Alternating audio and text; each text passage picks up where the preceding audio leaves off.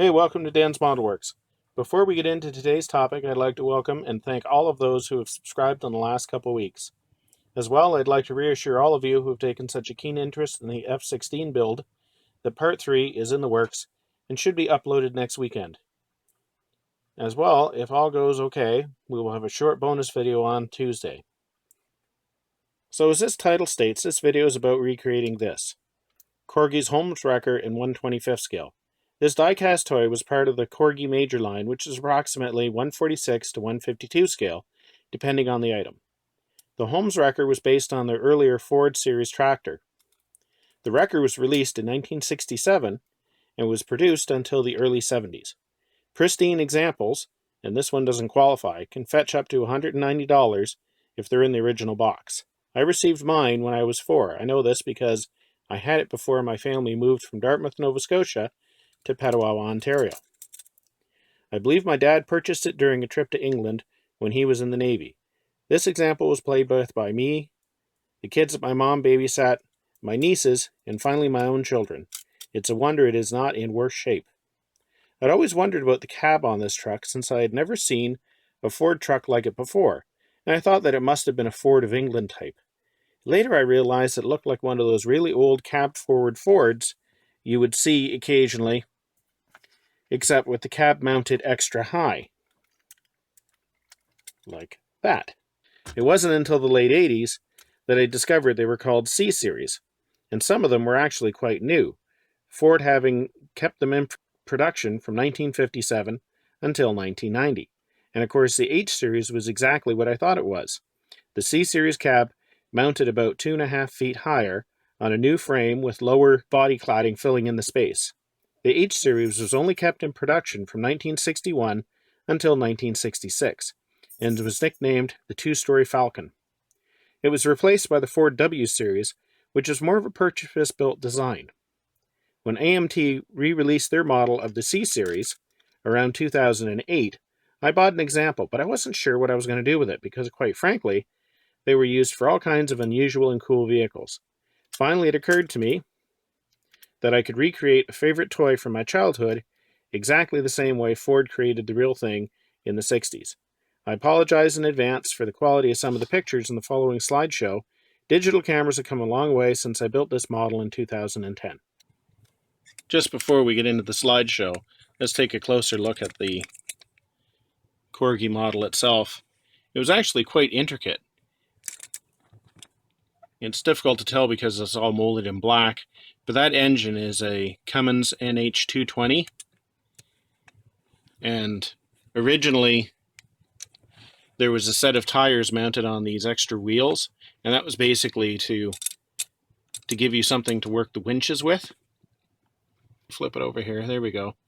You can see they've got the exhaust, the fuel tank, there's the oil pan, the drive shaft, everything. There was quite a bit to this.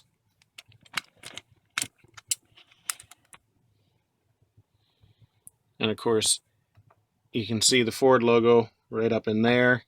And this crest was different depending on whether it had a diesel or gasoline engine. And there's no way I'm going to be able to pick it up with my camera, but that triangle there actually does say diesel in it. I was fortunate in that I was able to download some good pictures from the internet. These two here came from the actual original Ford H-series brochure. This is an illustration of the Cummins engine that was one of the options in the H-series, and this is a nice cross-section of the NH220. And over here in the middle, here are some pictures of a freshly rebuilt Cummins NH220. And these pictures were awesome.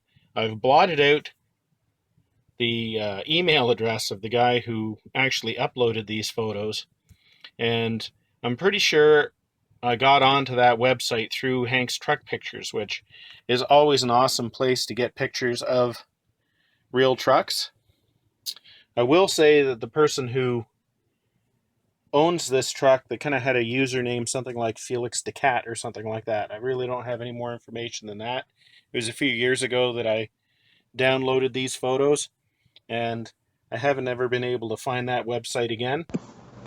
This is the AMT box top with the die-cast model in front of it, and AMT's cab as well. Here's almost all of the parts that come in the AMT kit. The only thing not in this picture is the sprue that has the 55-gallon oil drums and a couple pieces of cargo and a broom, oddly enough. Otherwise, this is everything you need to build the vehicle. These two sprues contain the frame rails. The sprue on the bottom has the longer frame rails that are necessary to build the stake truck. The shorter frame rails in the upper sprue are actually to build the C-series tractor. This kit actually contains all of the parts you need to build either the stake truck or the tractor kit. If you buy the kit that's just for the tractor, it's actually more expensive and doesn't have as many parts. Now, when Ford used the C-series cab to create the H-series, they did a little bit of surgery on the body panels. They removed probably about 6 or 7 inches off the bottom of the doors and the body panels, and we have to do the same thing. As well as that, they didn't punch out the holes for the headlights, so we'll have to fill those. I built a stand to hold up the front of the chassis while I was fooling around with the front springs and the wheels and the engine and that sort of thing, and you can see that in this picture right here. I knew at the onset of this project that I was going to have to take the cab on and off over and over again, and I was really quite concerned as to how I was going to do that without whatever the attaching mechanism breaking.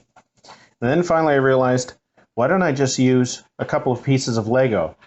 If I securely glued a piece of Lego to the frame and then another piece to the underside of the cab, I'd be able to put it on and remove it repeatedly, and you can see that in this picture. On the left in this picture is the kit engine. It's a large Ford gasoline V8. On the right is my kit bashed engine, in which I basically used the existing transmission and oil pan and then stretched vertically the engine block to create the Cummins 6-cylinder diesel engine. This is another view of the engines, this time from the other side. Once again, the gasoline engine is on the left, and the Cummins straight 6 engine diesel is on the right. So just in case you'd forgotten, this is the Dan's Model Works project. As you can see from this picture, this model was built in the clutter zone, and I've got about 2/3 of the front end done, with the remaining third sitting on the workbench in front in this picture. And you can just see the tops of the Lego piece in behind. This picture shows the trucks perched on that little stand I talked about earlier, just so I could mock up the cab. And of course, once again, lots of clutter in the background. Now, if you followed the boat trailer videos, you'll have seen this picture before. This is the boat trailer that I sacrificed in order to get the non-slip steel plating, and this is the last time that trailer was intact. Here's the boat trailer being cut up for raw materials.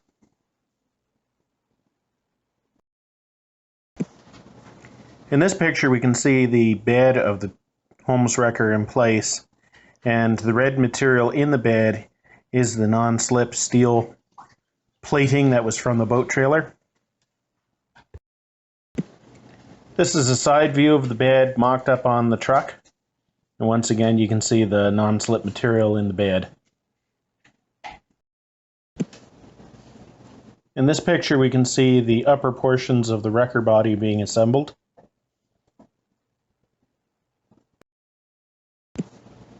Wow, look how clean my spray booth is. It hasn't looked that clean in a long time. At any rate, the back of the bed has been painted white, and I'm getting ready to spray paint it black in this picture in order to do the stripes. Unfortunately, I don't have an in-progress picture of the towing booms. As you can see here, they've basically been assembled and painted. I didn't paint them gold as it is on my example of the Holmes Wrecker. There were lots that had them in kind of a silvery gray. Now, they were basically built using various pieces of evergreen styrene glued together. They're not exactly the same shape, but they're certainly more plausible. I know the wheels that are on the sides of the Holmes Wrecker really don't serve any legitimate purpose in the real world. However, it just wouldn't look right without it. So I took these wheels off of an old MPC Econoline van. It was a 4x4 racing van, and they're off-road wagon wheels. Now, if you flip them over, they look like a plain old Steely, so I just gave them a coat of greasy gunmetal, and I attached those to the sides of the wrecker body. In this photo, I'm starting to build the exhaust. You can see it's the pretty much orangish plastic and the white plastic coming down from the engine. And then once again, more evergreen styrene to create the support that holds the exhaust stack in place.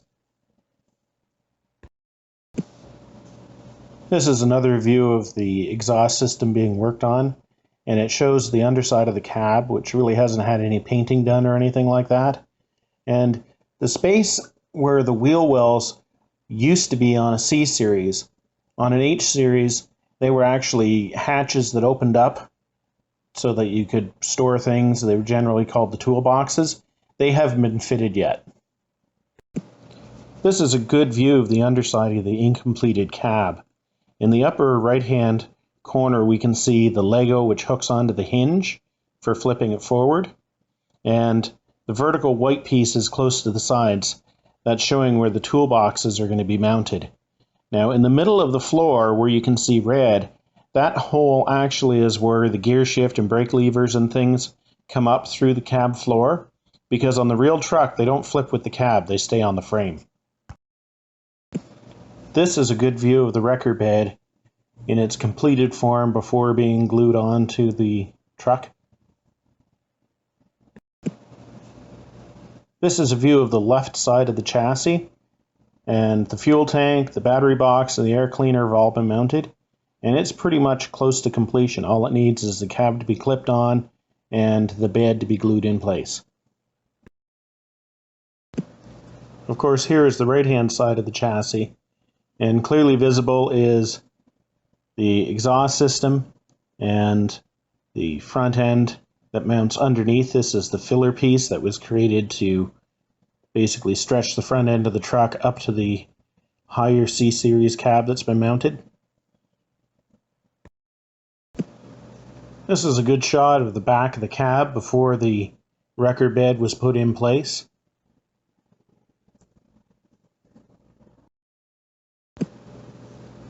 Without the wrecker bed in place and the cab flipped forward, you can get a good shot of the finished underside of the cab. Those beige boxes are the toolboxes, which once again let out into the outside of the cab. And once again, you can get a good view of the hole in the cab floor, which goes down to the gear shift levers that are mounted on what Ford calls the control tower that's mounted onto the frame. And that way they avoided having to readjust everything. And that brings us to the present. Here's the completed Holmes Wrecker.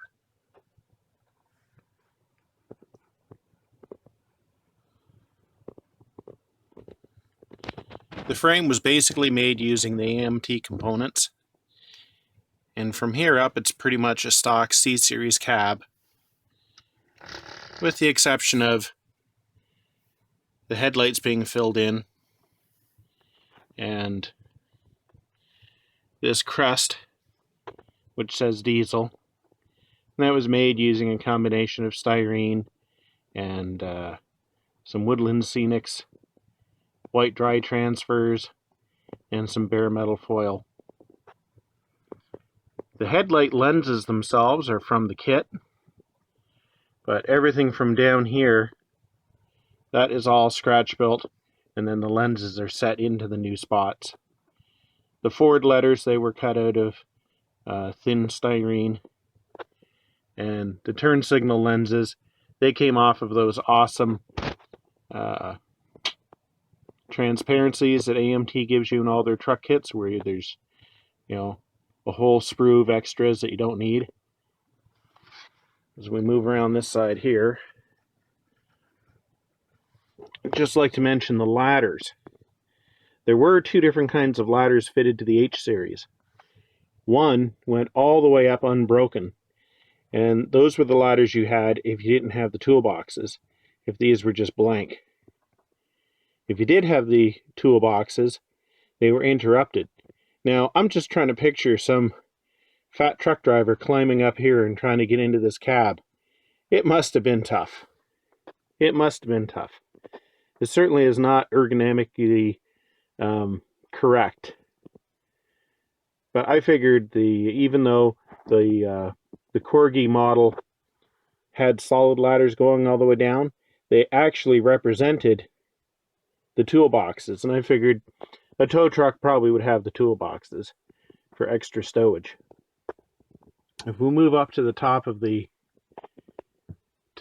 boom support here, you can see where I put the rotating flashing light on there. I know that's not nearly as large as the one that's on the Corgi model, but once again, this is 1/25th scale, whereas that one was, I don't know, that one was about the size of a wine bucket or something like that.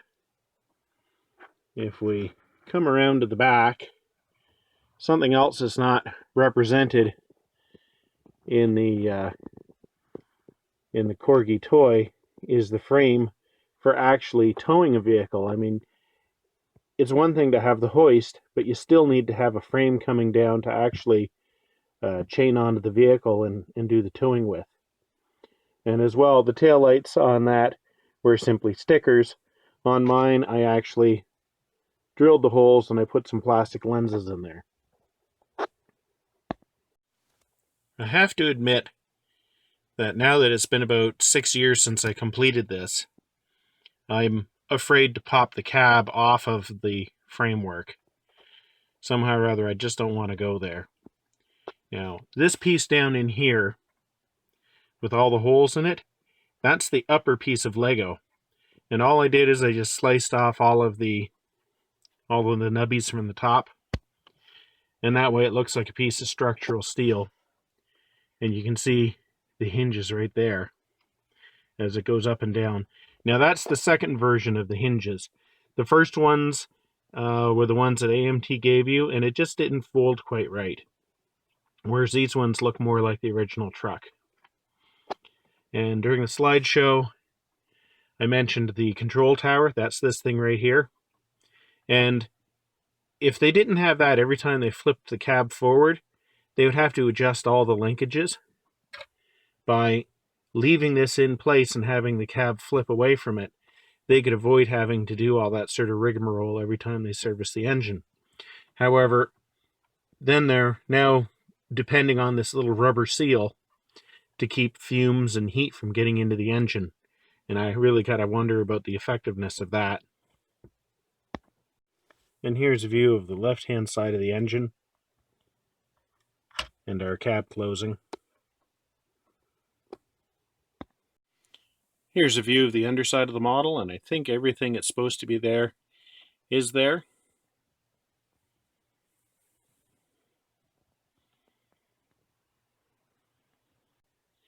Now here's a comparison shot of the real Corgi item and my reproduction in 1/25th scale. And here's a side comparison shot. I never did get around to making the Holmes Wrecker script to go on the side. And here's a tail shot showing a comparison of the two.